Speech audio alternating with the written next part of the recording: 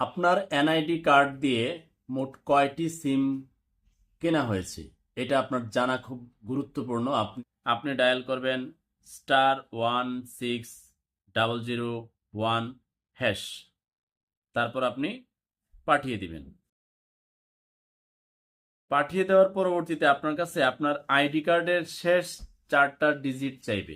লেখা থাকবে please enter the last 4 digit of your ID.